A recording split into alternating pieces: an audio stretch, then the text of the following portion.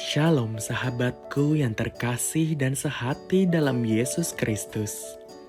Jumpa lagi kita pada kesempatan kali ini. Mari kita siapkan diri dan hati kita untuk menjadikannya layak menyambut Tuhan. Supaya kita bisa menjadi garam dan terang dalam kehidupan ini. Tentunya dengan bersama kita resapi Renungan Sabda Pendalaman Iman presented by BPK PKK KAJ. Shalom, Ibu, Bapak, Saudari-saudaraku yang terkasih dalam Tuhan. Apa kabar? Saya berharap dan saya percaya Anda semua dalam sukacita dan kebahagiaan Tuhan. Kembali bersama saya Tresia Meliani. Nah, kali ini kita akan sama-sama merenungkan dari Injil Markus.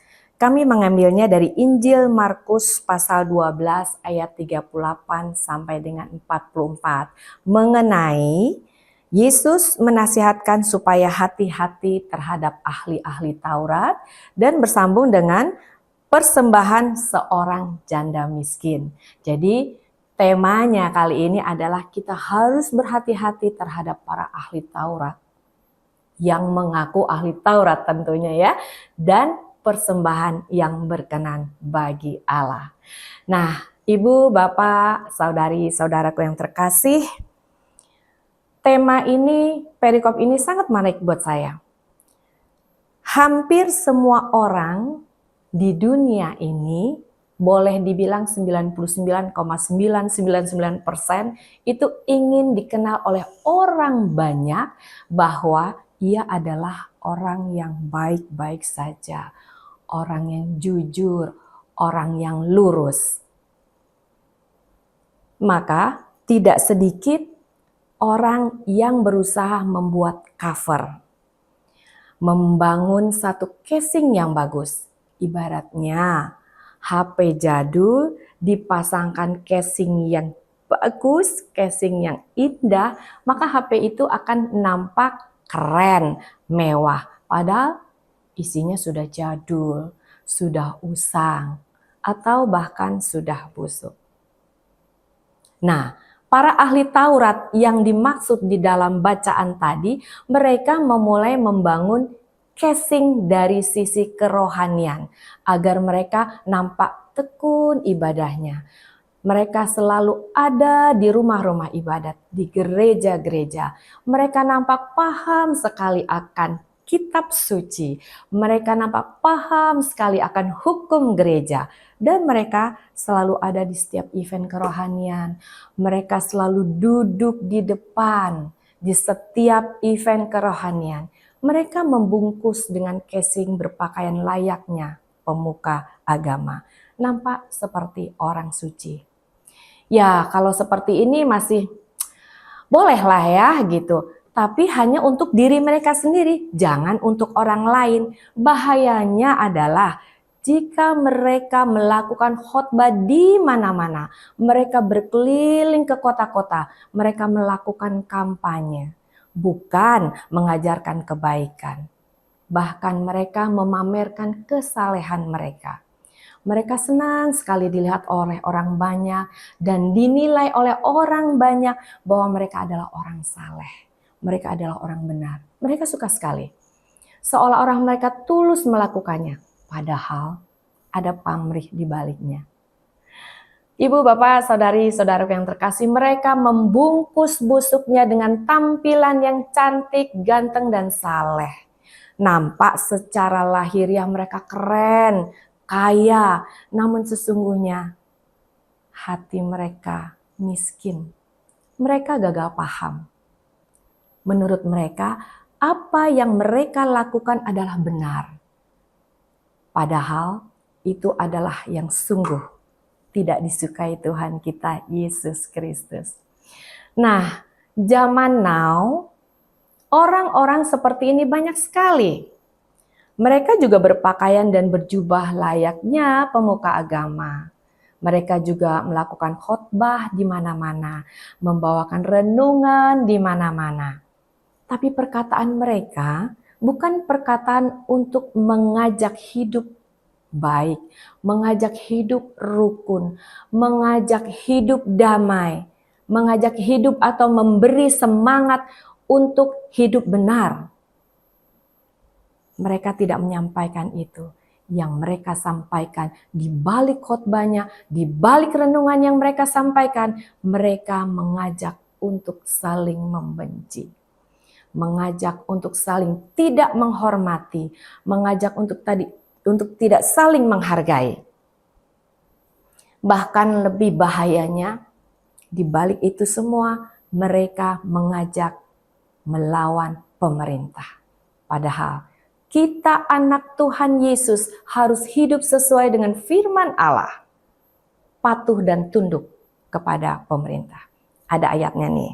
Kita baca di Roma 13 ayat 1 sampai 7. Tapi terlalu panjang sekali, saya hanya mengutip satu dari ayat yang kedua.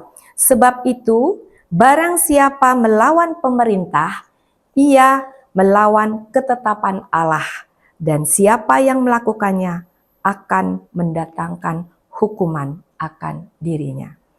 Nah, Bapak, Ibu, saudari-saudaraku yang terkasih, jelas itu ajaran tadi bukan ajaran yang Allah kehendaki. Tidak hanya satu ayat, ada ayatnya lagi. Kita ambil dari Ibrani 13 ayat 17. Di sana dikatakan, taatilah pemimpin-pemimpinmu, tunduklah kepada mereka, sebab mereka berjaga-jaga atas jiwamu sebagai orang-orang yang harus bertanggung jawab atasnya.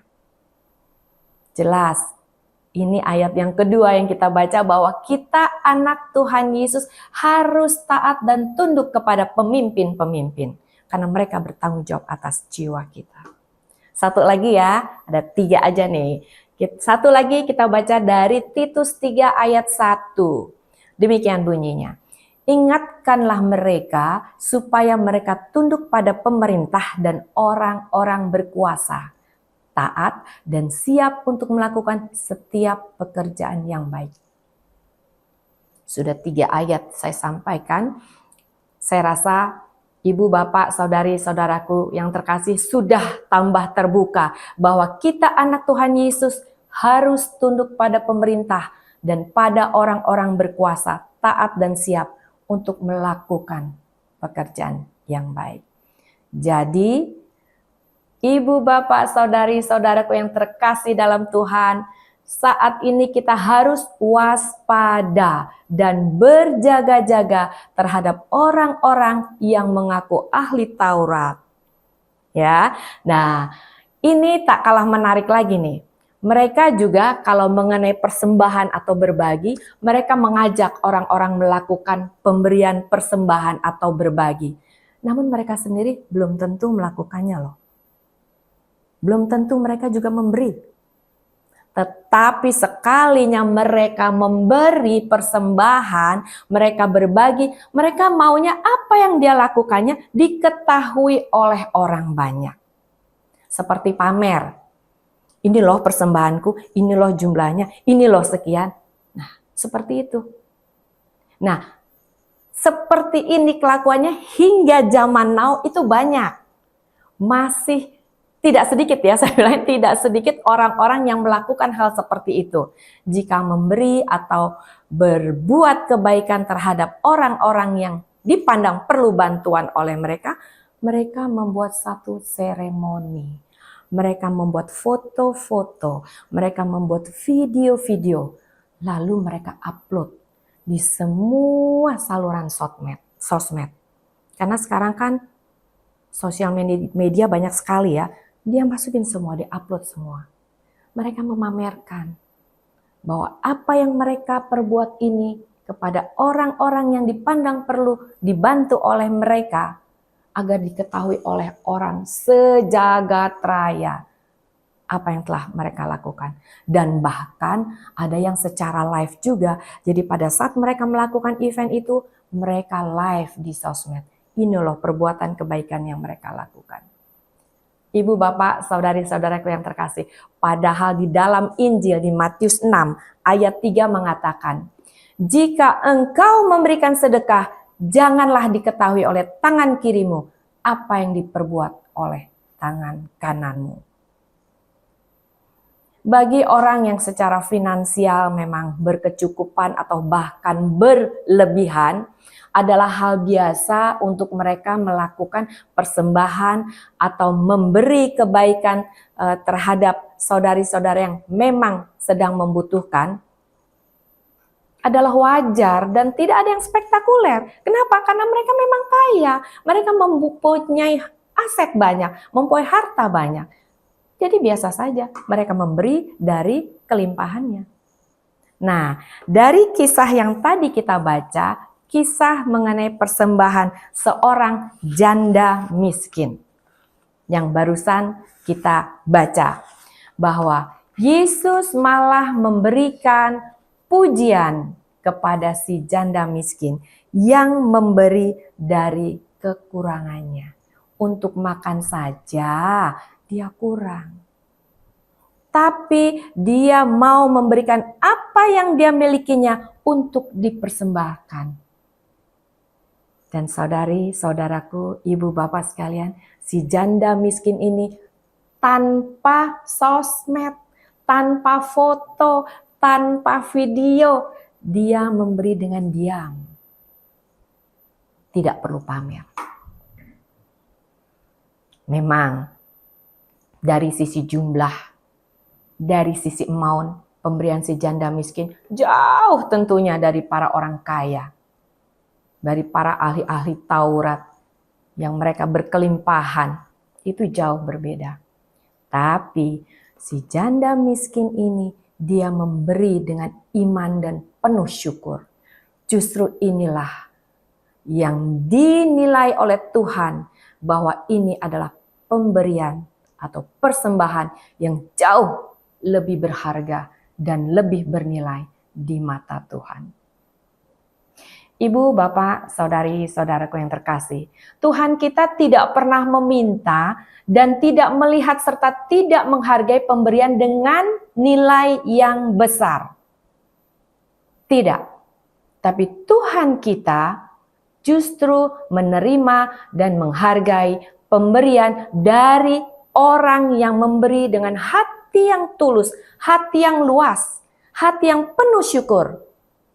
Itulah persembahan yang berkenan bagi Allah. Jadi, ibu, bapak, saudari-saudari yang terkasih, jangan malu saat kita kolekte, uang kita remas kecil-kecil, kita baru masukin ke kantong kolekte. Sampai-sampai petugas kolekte tuh kalau menghitung kolekte, aduh mesti meluruskan dan merapihkan uang itu ya. Nggak perlu, masukin aja karena Tuhan nggak ngeliat jumlahnya. Tuhan melihat hati yang memberi.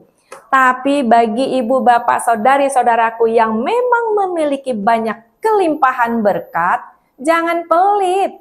Berikanlah yang banyak, jangan recehan ya. Karena recehan itu milik orang miskin. Nah, jangan pamer juga ya. Kalau orang kaya bolehlah uangnya diremas-remas gitu, nggak apa-apa. Kasih, nggak apa-apa, nanti petugas kolektor butuh effort untuk meratakan, merapihkan uang-uang itu. Tapi warnanya merah ya, jadi nggak apa-apa gitu ya Subhani. Nggak ya Bapak Ibu, nggak apa-apa. Berapapun jumlah kita, Tuhan senang jika kita memberi dengan tulus. Memberi banyak tidak tulus juga Tuhan nggak mau terima. Ya, tapi zaman sekarang Bapak Ibu, saudari-saudari terkasih, kalau persembahan kan nggak perlu uang cash, ada QRIS, bisa transfer. Jadi nggak susah-susah, kasih nol yang banyak di belakang, ya. Oke, nah Bapak Ibu, saudari-saudari yang terkasih, sekali lagi bukan masalah jumlah, bukan masalah nominal, bukan masalah amount-nya, tetapi Tuhan melihat hatimu yang luas dan tulus serta penuh syukur dalam memberi. Ingat, jangan ngedumel. Saat diminta persembahan untuk Hari Pangan Sedunia misalnya, ya, atau untuk bantuan seminari misalnya, atau untuk APP misalnya ya. Ini misalnya ya, jangan ngedumel. Sumbangan lagi, sumbangan melulu gitu. Tapi sih pada akhirnya memberi juga. Cuman ini kan memberinya dengan tidak hati yang tulus. Tidak dengan hati yang penuh syukur, tapi dengan hati yang penuh ngedumel. Hal ini tidak akan menjadi berkat bagi kita. Karena kita memberinya dengan terpaksa. Persembahan tidak dipaksa. Persembahan adalah sukarela dari hati yang tulus. Dan hati yang senang serta sukacita memberi. Nah, Bapak Ibu, saudari-saudara yang terkasih, saya pernah merasa malu sendiri. Ada satu kejadian. Di jalan saya melihat satu petugas parkir liar ya.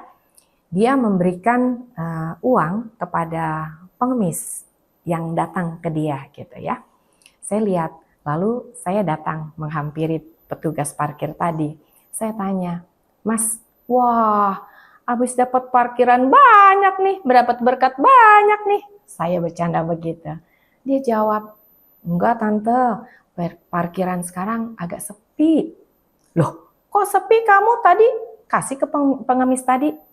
"Oh itu tante, ya nggak apa-apa tante, saya masih bisa tahan lapar saya sampai ntar malam. Tapi kalau dia kesian tante, lapar, jadi saya kasih aja uang saya." Wah, hati saya malu sendiri melihat seperti itu ya.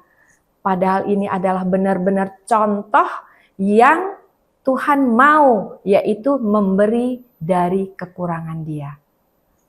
Si tukang parkir tadi juga punya uang hanya itu, karena dia bilang parkirnya sepi, tapi dia mau memberi pengemis yang memang dia bilang lapar pengemis itu, dia kasih. Nah, Bapak, Ibu, saudari-saudari yang terkasih, kita mau mencontoh dari tukang parkir tadi. Dari kekurangannya, dia mau memberi, dan dia lebih memperhatikan kepada orang yang memang benar-benar membutuhkan. Nah, saya pada kesempatan ini mau mengajak kita semua, yuk kita memberikan yang terbaik buat Tuhan dan sesama. Karena sesungguhnya Tuhan hadir dalam setiap orang yang membutuhkan uluran tangan kita. Ada ayatnya juga nih. Kita baca di Matius 25 ayat 35 sampai 40. Bunyinya begini. "Sebab ketika aku lapar, kamu memberi aku makan. Ketika aku haus, kamu memberi aku minum. Ketika aku seorang asing, kamu memberi aku tumpangan. Ketika aku telanjang, kamu memberi aku pakaian. Ketika aku sakit, kamu melawat aku. Dan ketika aku di dalam penjara, kamu mengunjungi aku."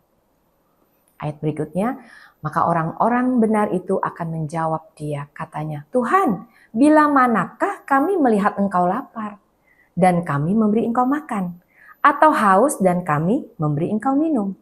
Bila manakah kami melihat engkau sebagai seorang asing dan kami memberi engkau tumpangan, atau telanjang dan kami memberimu pakaian? Bila manakah kami melihat engkau sakit dan dalam penjara dan kami mengunjungi engkau?"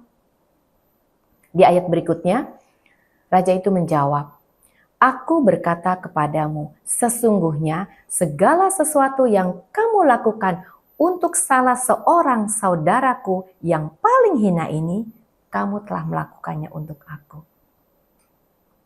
Ibu, Bapak, saudari-saudaraku yang terkasih, jadi sangatlah jelas kalau Tuhan Yesus kita hadir pada orang-orang yang sangat membutuhkan uluran tangan kita.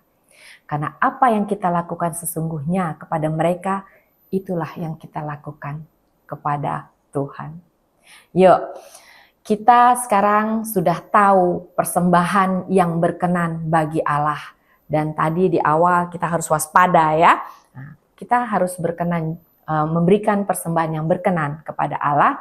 Maka pada kesempatan ini saya mau membagikan beberapa poin yang perlu kita perhatikan saat kita akan memberi, agar pemberian kita adalah pemberian yang berkenan bagi Allah. Saya membuatnya ada 4 poin ya. Poin pertama, jika kita akan memberi, kita harus memberi dari hati yang luas dan tulus. Jangan terpaksa. Berikanlah dengan sukacita. Jangan menunggu kita kaya untuk memberikan yang terbaik. Sekarang kita bisa berikan, sekarang kita berikan. Jangan tunggu dan katakan, Tuhan tunggu saya hidup berkelimpahan, tunggu saya kaya Tuhan, baru saya dapat berbagi. Sekarang aja saya kurang Tuhan, bagaimana saya mau berbagi?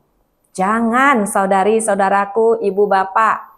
Kalau cukup waktunya dengan kontrak kita di dunia ini, kalau nggak cukup, belum sempat kita memberi, kita sudah pulang. Ya, jadi jangan tunggu kaya. Dari sekarang apa yang kamu miliki, berikanlah dengan tulus, dengan hati yang luas, dengan penuh sukacita. Ya. Nah, yang kedua, memberi dengan iman. Karena iman kita, firman tadi mengatakan apa yang kita lakukan kepada salah satu orang ini kita melakukannya kepada Tuhan. Jadi kalau kita memberi kepada orang yang membutuhkan uluran tangan kita, itu sama dengan kita memberikan kepada Tuhan. Ingat jangan pamer. Itu ada ayatnya nih. Di Matius 6 ayat 3-4 berbunyi demikian. Jika engkau memberi sedekah, janganlah diketahui tangan kirimu apa yang diperbuat tangan kananmu. Ayat 4. Hendaklah sedekahmu itu diberikan dengan tersembunyi. Maka Bapakmu yang melihat yang tersembunyi akan membalasnya kepadamu. Oke ya, udah 2 poin, sekarang poin yang ketiga. Persembahan atau pemberian tidak hanya dalam bentuk materi atau uang, namun bisa juga dalam bentuk pelayanan. Kita berbagi waktu, berbagi talenta yang Tuhan berikan kepada sesama kita. Jadi, persembahkanlah hidupmu untuk Tuhan. Apa yang kau miliki di luar materi yang tidak kau miliki, kau masih punya waktu, kau masih punya talenta yang dapat engkau berikan. Oke, nah yang keempat,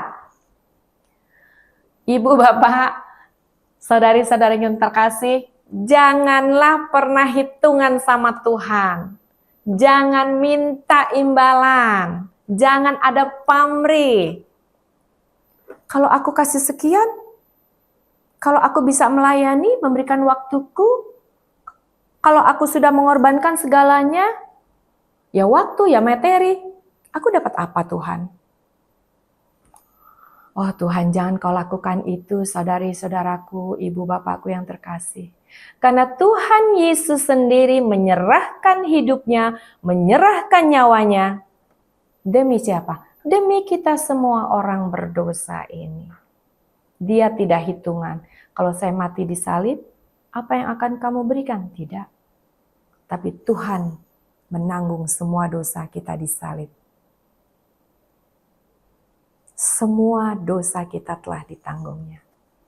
Jadi mari, ibu, bapak, saudari, saudaraku yang terkasih, dari 4 poin yang saya coba sampaikan, yuk kita pegang agar hidup kita berkenan bagi Allah. Tadi kita harus waspada dan berjaga-jaga kepada orang yang mengaku adalah pemuka agama ahli Taurat. Kita harus waspada. Apakah mereka memang benar-benar mengajarkan sesuai dengan kehendak Allah, sesuai dengan firman Allah. Apakah hidupnya juga bisa menjadi teladan bagi kita. Dan kedua, mari kita persembahkan seluruh hidup kita, apa yang kita miliki untuk kemuliaan Tuhan. Dan kita memberikannya dengan hati yang tulus, hati yang luas, dan sukacita. Mari, ibu, bapak, saudari, saudaraku yang terkasih, kita melayani dan kita mempersembahkan hidup kita hanya untuk kemuliaan nama Tuhan. Terima kasih, semoga apa yang saya sampaikan kali ini menjadi berkat bagi ibu, bapak, saudari, saudaraku yang terkasih semua. Mari kita tunduk kepala, kita mau mengucap syukur dan kita mohon penyertaan Tuhan untuk kita menjalani kehidupan kita ke depan. Demi nama Bapa dan Putra dan Roh Kudus, amin. Allah Bapa di surga, di dalam nama Yesus Putramu yang hidup, kami bersyukur dan berterima kasih atas cinta kasih-Mu. Engkau mengatakan di dalam Injil-Mu bahwa kami harus waspada, berhati-hati terhadap orang yang mengaku mereka adalah para ahli Taurat, para pemuka agama. Oleh karena itu berikan hikmat-Mu ya Allah Roh Kudus agar kami mampu selalu berjaga-jaga. Dan Tuhan Yesus, Engkau juga mengajarkan kami untuk memberikan persembahan yang berkenan kepada Allah, yaitu memberi dengan ketulusan hati, dengan keluasan hati dan penuh sukacita. Bahkan kami memberikan semua apa yang kami miliki, dan kami boleh tetap mengucap syukur. Dari kekurangan kami boleh memiliki persembahan yang berkenan bagi Allah. Terima kasih Bapa di surga, terima kasih Allah Roh Kudus, terima kasih Tuhan Yesus. Kami naikkan ini semua di dalam nama Yesus, Putra-Mu yang tunggal, Tuhan kami yang hidup kini dan sepanjang segala masa. Amin. Demi nama Bapa dan Putra dan Roh Kudus. Amin. Tuhan memberkati kita semua.